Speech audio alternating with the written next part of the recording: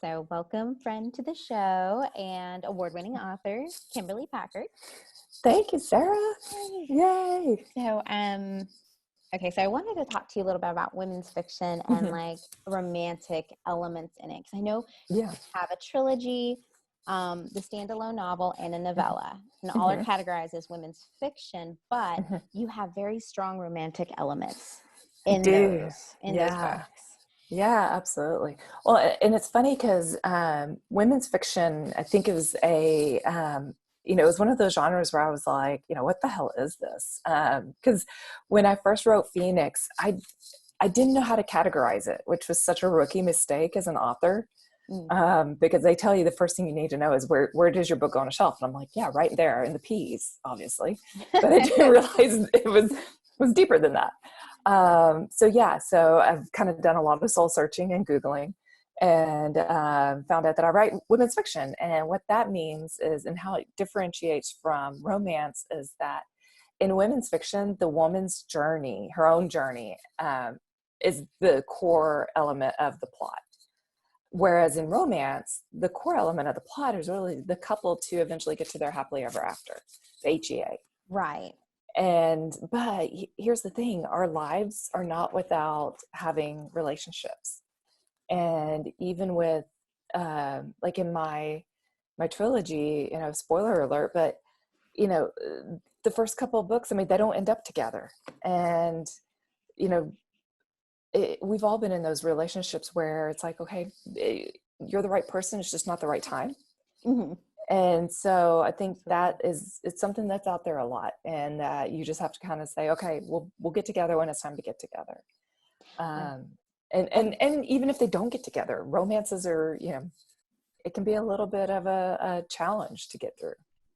Right. And that's why I love about your romantic elements you have in your story. They feel so real, because they are we do have these different types of romantic relationships throughout our lives, right person, maybe wrong time, or maybe wrong time, wrong person. And, it just I like how honest you are with the writing of those. And I've kind of always wondered, do they come fully formed for you? Like, as this, okay, she has this guy, she already know she will have this type of relationship, or as you begin writing, you kind of feel like that's important to integrate into the story?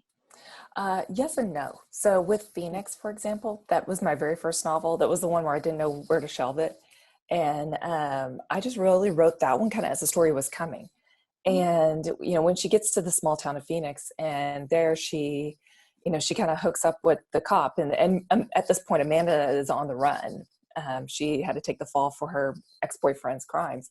So it's like, wow, dating a cop when you're a criminal on the lam. Not the smartest thing she's done. That's intense too. It's pretty intense. But, I think once I kind of realized, oh, wait, the muse knows so much more than I do, that what that did was it made me realize that, he also had a struggle, once he understood more about her past, and to realize, she made mistakes, but she wasn't a bad person. And that, became something that kind of sometimes drove them apart and sometimes brought them together. So once I kind of figured out what I was doing with that series, and kind of realized, and there was a little bit of a love triangle with it, because Amanda's ex does show back up. And, we all have those exes that you're like, God, if I get in the same room with you, I might kill you, but I'm going to give you a kiss right before I do, Right. Exactly. Yeah. Like, we have just such mixed emotions about these people. And I think, at some point she realized that, she and Josh, in some ways they were a match, they weren't meant to always be together, but there were some elements of each other that definitely clicked. Right. And I do love, like I said, I love the idea of you integrating the different, because unfortunately I think in English language we only have one term for love, and you integrate all these different types of relationships, like the relationships with the ex. Again, I may feel like I gotta kill you, but like at the same time, it's a very complicated type of Hmm. relationship. Or like the new budding romance. Tully has some thoughts about Oh, dog, romance with dogs, well, I mean, like, but let's for real, let's talk about the vortex. Your life is Oh not yeah. vortex. Like the real love story is The real love story Nimbus. is between the girl and her dog. And Yeah. yes, and Elena. Yes, yes, because I mean, honestly, your dog's always going to be there for you, man, I know. Like but they never judge. They're always there. yeah, yeah. Well, and in that one, the love story there was between her and Seth, another meteorologist, and Mhm. she was drawn to him, but she had, her mission. She had to finish her dissertation. She had to uncover, because, the way the story starts is that she starts having flashbacks of these repressed memories, and she's kind of like, well, what's locked away in my head? And she then realized the storms are the trigger. And so she starts putting herself closer and closer to these storms. And, you know, starting a romance out in the field while there's storm season isn't always the best idea either. So, really for them, their relationship came together as they spent time out there, on the field and running into each other. But, he would infuriate her. He knew how to push her buttons, and she knew how to push his, actually. So that was a fun one to write. Yeah. And for kind of like the romantic elements, when you kind of put them in there, how do you know when like to go, if it's gone like too far? Like I Mhm. remember I was reading a book recently, and I felt like I missed some pages. I think the author just kind of skipped one thing to the next, like just in order to advance the relationship Mhm. pretty quickly. Like how do you know you feel like you've done more of an authentic job, I guess, kind of fleshing out that relationship as opposed to like uh checking boxes. And it's funny because I was reading something about this recently, and that, a lot of times on your first draft, you tend to be very kind to your characters. Hmm. And so you sometimes will say, oh, I'm going to get them together the first time they meet, love at first sight. And you kind of go in there maybe thinking that, but then, a first draft is never a final draft, and you work on it and you work on it and work on it. I know, sorry. But um, and I think sometimes it's a push and pull. Hmm. It's sometimes I feel like I push them together, and they may have a moment together, and then I have to pull them apart, because it's like, hang on, guys, you're not ready yet. The reader's Right. not ready yet. If you're writing romance, there are several beats in a romance that, they need to have their first kiss at a certain point. They need to, Hmm. hop in bed together at a certain point. If you're writing sweet romance, you skip that part or the door closes, those kind of things. So, but with women's fiction, I think you don't have to follow those rules quite as much. Like in Vortex, Seth and Elena never actually had sex in the book. I'm sure they did. They're probably off somewhere, holed up being bunnies in the quarantine period. But it's just it didn't feel like it moved the plot along. There was the makeout scene, Yep. but that was interrupted by his ex. Right. And so, they just never really kind of got it together in the book, but they do eventually. But then with Phoenix, you know, I did actually have a few love scenes in that one because it felt like it was necessary. Awesome. Yeah, because like I love the like I said, I love the how you push them. There's a lot of push and pull there, a Mhm. lot of great dynamics between the characters, and they're always so well developed. All Thank the relationships are. So like there is that kind of fine line between like how far do you go and you. like Mhm. when do you go. So like, and I feel like you walk that perfectly. Oh, thank you. Thank you. Well, and sometimes, like I said, the inclination is to give them what they want. Right. They're like children, and you're kind of like, you know what, you want that Atari. I'm totally dating myself, but no, I'm joking. The Nintendo Switch, okay. There So you it's like, you want the Switch, okay, I'll give it to you. But then you realize you just gave in. They didn't have to earn it, and really, your characters have to earn everything they get at the end, whether go. it's good or Right. bad. Yeah, and that's something. Yeah, we don't like. I think that really helps with like really bringing out the best in the book is when you kind of Mhm. let the characters discover that for themselves. like when, you kind of keep them in line, but you let them earn that first, like you said, like earn that achievement. I know. So, and I did notice, so like you mentioned it earlier, but like, so Phoenix is about basically criminal on the run, and she does fall for a cop. In Vortex, there is that they meet in the field, and the meteorologist and the storm chaser meet in the field. So you put these really dramatic situations. I know. I live such a boring life. Like, what draws you to that? To like, oh my gosh, we got to put them in the most insane situation. No. So they can meet. I know, right? It's the ultimate meet cute, I guess. But well, like Vortex, for example, that actually came to me in just this quick vision. And I was watching, here in Texas, we have a lot of storms that come through. So I was watching the news one night after some thunderstorms, and it was the weirdest thing. I just kind of had this vision of a little girl who was found in some rubble, and she didn't know who she was or where she came from. And it was just such a weird little thing. Like, that never actually happened, I don't think, on TV, but I just kind of had that like flash behind my eyes, and it's like, wow, who's that little girl? And so then I kind of started thinking about it and letting it, as Stephen King always says, the boys in the basement start working on it. And I was like, oh, she grows up to be a storm chaser. Okay, interesting. And I just kind of started putting it together, and I realized, she needs to have her equal, because Elena's a really, no pun intended, she's kind of a force of nature. And what I loved about her and Seth, if you think about them as storms personified, she's very much kind of a tornado. She's got dark hair, and she's, kind of this swirling ball of energy, whereas he's a lot more laid back, and he grew up on the Gulf Coast. And, while he's kind of got some anger, and, we see it a little bit with his ex, he's a pretty calm guy. And so they balance each other.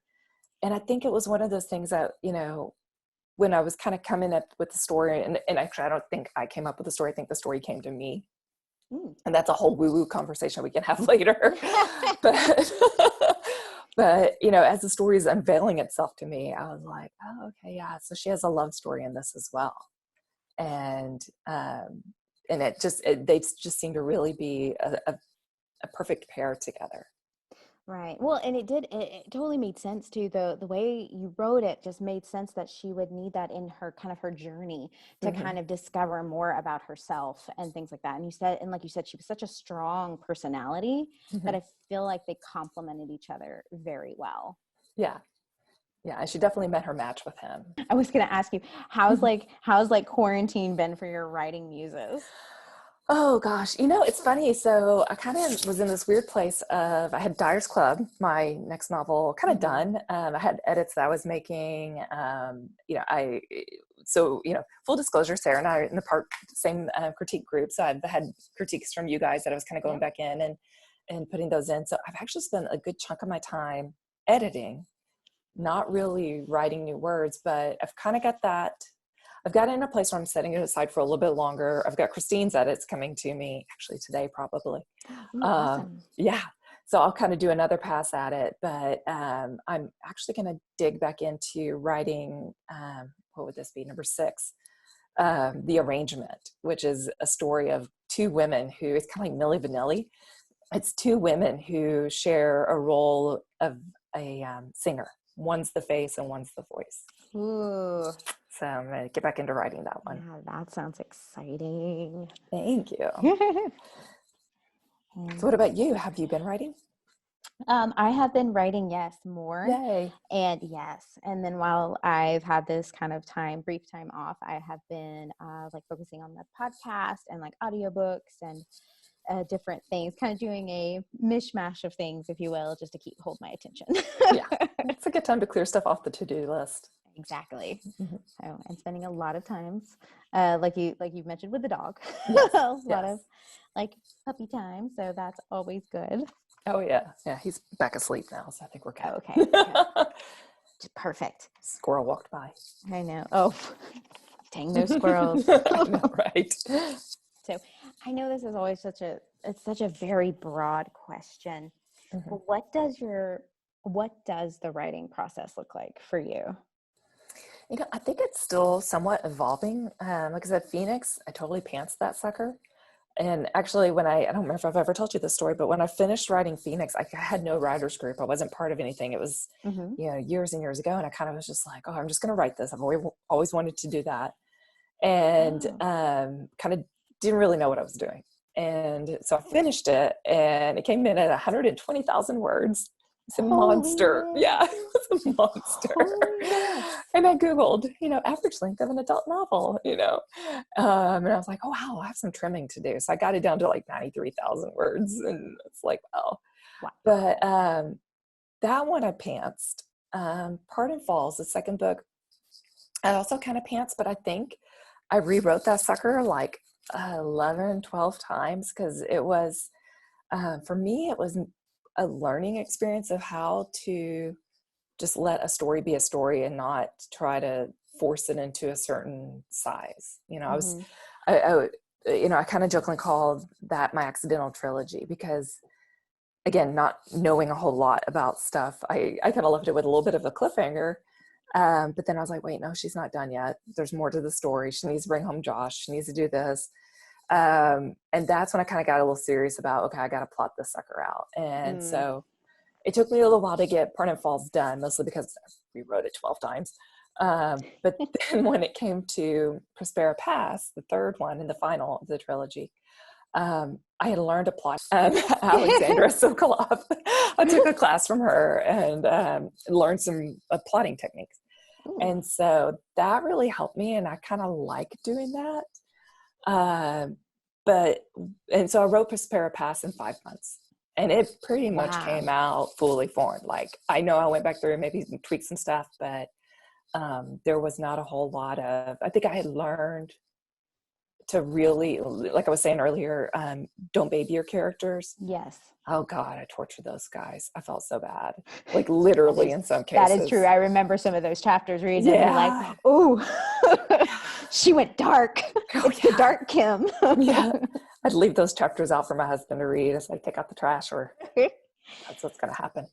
But no, so that one, and I think that because I was unafraid to put those guys through the ringer, and this is weird and it's going to sound again woo-woo, but I think I knew they were up for the challenge. I'd spent enough time with these characters that I was like, I know this is going to hurt you a whole lot worse than it's going to hurt me, but I know you can deal with it. I know you Yeah. can get past it. And so I think that's why that one came out so quickly.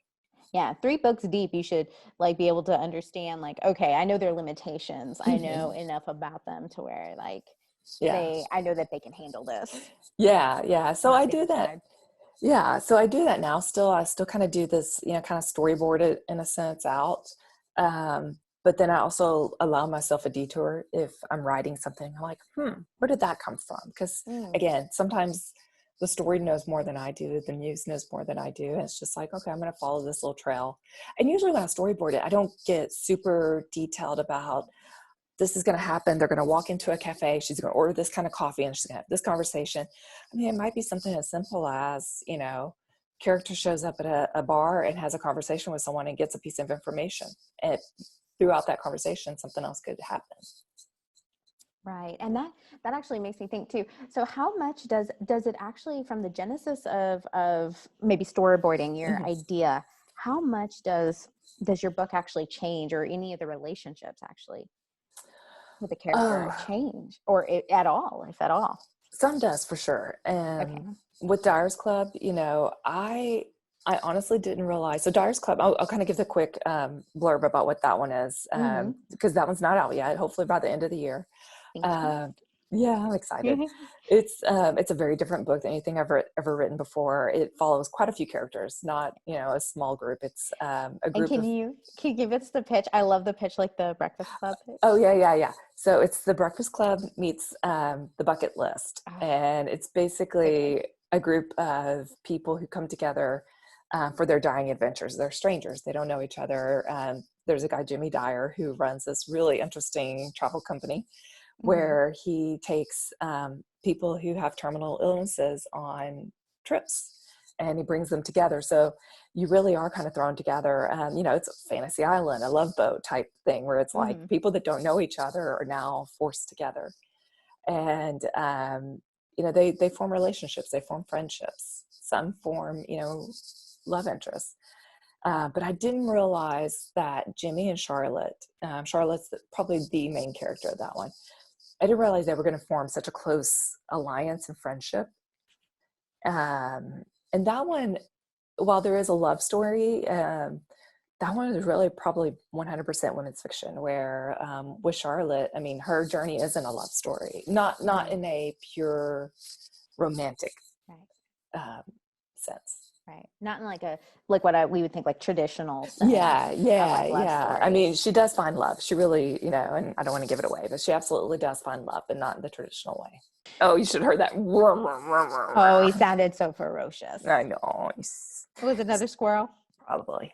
Who knows? Who knows? Oh no. Truck drove by. Oh Lord. I don't know. It could be anything. And really, he's been really good during the quarantine time. Like most of the time, he just hangs out under my desk. But yeah, I've seen the pictures you posted of him just like hanging out in your office with you, just chilling. Yeah, and I feel bad sometimes if he's under there a while and I'm not thinking about it. I may like, you know, change how I've crossed my legs and I'll kick him in the head. I was like, but I swear this dog does not feel pain. If he feels pain, he doesn't tell us. Like he will. He's running off somewhere. But like, you know, for example, last night Colby was coming in from the backyard. He didn't realize Tully was following him in and he shut the door on his head. Dang. And Tully's just like, oh, hey, that was my head. Okay, let's keep going. You know? Hey. Just like not phased, not in the least. Not phased. Sure, I've never heard him yelp. Wow. Whereas our other dog, a leaf would hit him and he'd be like, I'm maimed. Oh no, you're fine. You're fine. So I was just basically getting to like friendships, the friendships you have in your novels, because like they are so powerful. And I feel like I always feel like I know some, like a Heath in Vortex, like who's like her like best friend and kind of like academic partner. Like I've had those guys, like those friends in college, like that help you like shape who you are. And I just kind of are. So are those like ever things that you base on real friendships or real relationships of any sort? Or is that something that, like I said, like comes kind of inspirations other places? You know, I think everything is based on an experience that we've had as writers. You know, I think we're just these kind of like giant sponges. We're just a bunch of SpongeBobs and we absorb, you know, so much. And so, I mean, you know, it's the same as any type of close partnership, friendship.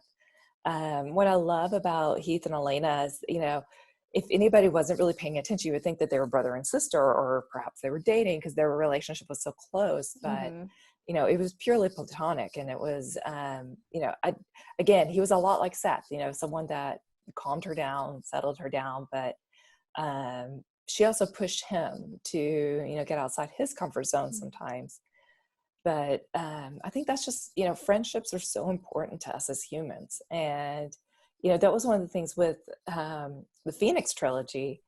I kept cutting away Amanda's friendships, you know, and that first, you know, in the early part of Phoenix, when she escapes from Chicago and, you know, is chasing after Josh, she has nobody but herself to rely on. Right. And so that I thought was really interesting because, and now I think there's people that are kind of are seeing that, you know, in this quarantine life thing, but, you know, having to, you know, really rely on herself a lot. You know, with Phoenix, she did, you know, when she got into Pardon Falls, and she had some friends, she had some allies. But then there came a part where, you know, David and Josh had to rely on each other. And then when we get to Prospera Pass, she's back alone again. And so I think, you know, the absence of friendship can be just as impactful as having that friend. Because you have to dig in really, really deep. Right. And there are some journeys, I know, that you can only go alone. Like you have to do it on your own in order for you to grow, or in order for you to learn something, or just, it's just something so, like I said, intense that you have to, it's just something you have to figure out for you.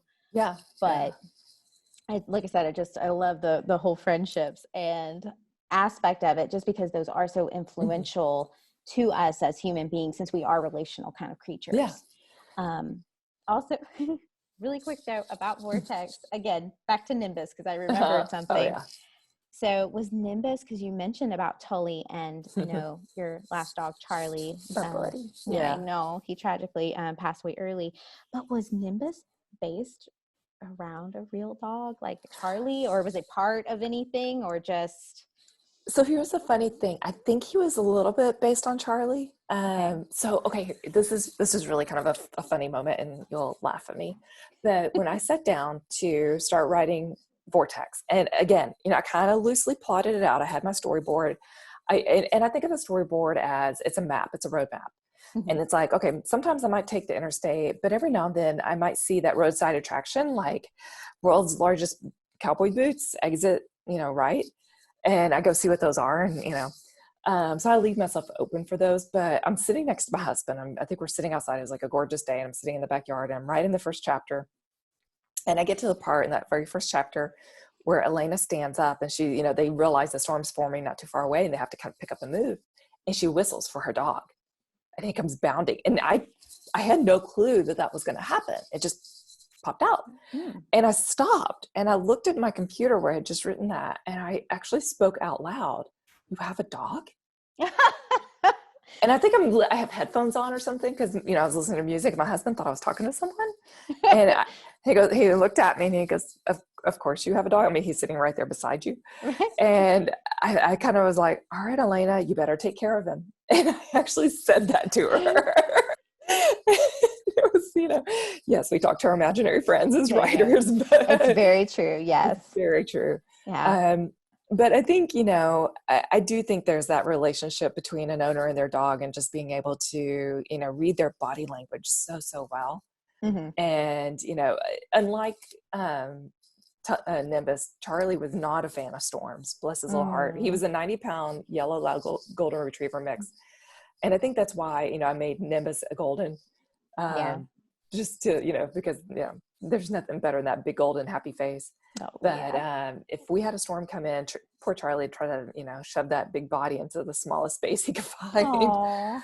So that was kind of where their similarities, lay. Now, Tully, on the other hand, this little dude, he wants to go play in the storms. So he's probably more like Nimbus in that sense. Yeah. Yeah. But that's just so sweet. But I had that moment the other day where you write something and you don't know what you wrote until you read it back. And then you're just Yeah. like, what happened? Like I had a character called one of my characters a nickname, and Mhm. I didn't know he was going to have a nickname, but I guess Yeah. he does. So that's always to me, that's always, I feel like I'm in the zone when I do that, but then Yeah. I'm almost letting my characters take over. Yeah. And it's such a cool place to be, into that area where you're almost like in a trance when you're like really, Hmm. really writing. And you're seeing the movie in your head, and you're trying just to type as fast as you can. I can always tell when I'm super zoning, because if I go back and reread it later, I'm like skipping words, and I'm like, wait, no, I must have been flowing, because I just couldn't keep up with it. But and it's real interesting, because my dad is a knife maker, and we've had these conversations about when he's in a zone making a knife, because he approaches it more from the artistic, not the, I mean, they're definitely utility pieces, but it's not just a piece of metal on a handle to go, cut something. He actually Hmm. takes the artistry of it. That he's like, yeah, I can get into a zone. Time will go by and you don't realize it's there, it's gone. And um, you're so in your head that you don't realize what's going on around you. And it's almost like you're just this conduit for the story. Right. And like the story is just kind of coming out through you. So you're just like Hmm. typing it as fast as you can. Yeah, yeah. And so that's when these, like, nicknames will come out, or, the facts that they have a dog, or, um, like in Dyer's Club, again, it's the story. I don't want to give away the ending, but Right. the way it ended, I didn't actually see that as that was going to be the ending. So that was Um, never planned. I know you know no, I knew she was going to be okay, but I didn't realize that that was going to happen until I started getting a little bit closer in. It wasn't one of those, like, I Ah. got to this last chapter and like, so what are we going to do here? But no, I mean, I kind of was like, oh, I see where she's going. I see, Hmm. I see what her love story is. And again, it doesn't have to be a romantic love. So Exactly. And it made perfect sense for her arc. So I thought that was like from the beginning, I thought that was like your plan. So to know that she kind of, or that's kind of where they led you. That's always fun. It's always fun to see, because I feel like they know kind of what they're doing. And kind of let them go, but like keep them in line a little bit, but let them go for the most part. Yeah, let them go, but it's like, okay, but I'm gonna let your leash run out a little bit longer. We'll use the dog analogy, but hey, I still got the leash. Go. But and actually, interesting enough about that book, Jimmy was the character I met first. Really? I thought it was Charlotte. He actually came to me, and like, how you have those waking dreams where you start waking up on like a Saturday morning, your alarm's not screeching. And I'm having this waking dream, and I'm sitting there with Jimmy, and he says to me, everybody dies. The lucky ones have fun doing it. And I was like, that's a tagline right there. Yeah, and I actually used that in the book. That's and amazing. I was like, wait, what? Who are you? Amazing. And I had to get up and grab my journal, and it just I just journaled a bunch of it out. And some of that stuff is not in the book. It was just the random journalings, but really, Jimmy was the first one I met. And then I started kind of going, okay, who else is here? And when Charlotte came onto the screen, so to say, I was like, oh, you're actually the main character. You have much more of a journey than Jimmy does. Yeah. Wow. And I know we've talked about this before, like me, you, and Chrissy and Susie, and like all of our kind of retreat group friends have all talked about how the best ideas come when you're like dreaming, when you're asleep or in the shower. Oh yeah. So do you keep the notebook by your bed just for that reason? Yep. Oh, I've joked that there was one night I woke up in the middle of the night, and I think it was one of those like, I'm tired, I'm going to go back to sleep. But I know that whatever I was dreaming was going to be the next great American novel, and I completely forgot it. I don't know. I may be overinflating it, but I woke up and I was like, that's the best idea ever. I don't know what it was. I couldn't even tell you. You didn't write it down? No, because I don't think I had my journal next to me. And oh no. I was just like, I'm so tired. And I just rolled back over. It's like, I'll remember it in the morning. And you never do. I know I never do either. I think of things great. I'm just like, I'll remember that. I'm going to remember that later. And nope. Yeah. Yeah. Then the next best thing is the recorder app on your phones. I've recorded several things. Yes. And if I were to accidentally send that to you, you'd be like, what in the world is this? It's like total Kim ramble. has lost her mind. That makes no sense. But when I go back and listen to it, I'm like, oh, okay, that's what that means. Gotcha. So. Where can people find you, or find all these great books that you've been talking about, as far as like Vortex and the Phoenix Trilogy? Thank you. So I'm on Kindle Unlimited. So if you're a KU reader, they're on Amazon. So as we can find the ebooks. Phoenix is audio. I had a small publisher when that came out, and she did audio. I have not done the audio on the other ones yet, so I need to catch up on those. And you can buy the print books online wherever you buy prints. And then I have a website that I update maybe twice a year. It's KimberlyPackard.com. It's a very simple site. It doesn't need a lot of updating, thankfully.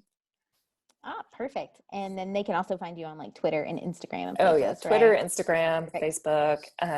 I'll be honest, I always forget about my Facebook page. I'm not on that one quite as much.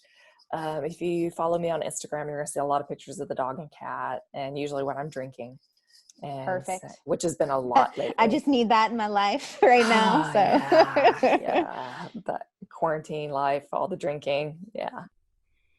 Thank you so much to Kim for being on the show, and be sure to check her out on Kindle Unlimited and Amazon. I'd love to connect with you, and here's how. Find me on Twitter and Instagram at Romance the Story. Book recommendations for this episode: Phoenix by Kimberly Packard and Vortex by Kimberly Packard.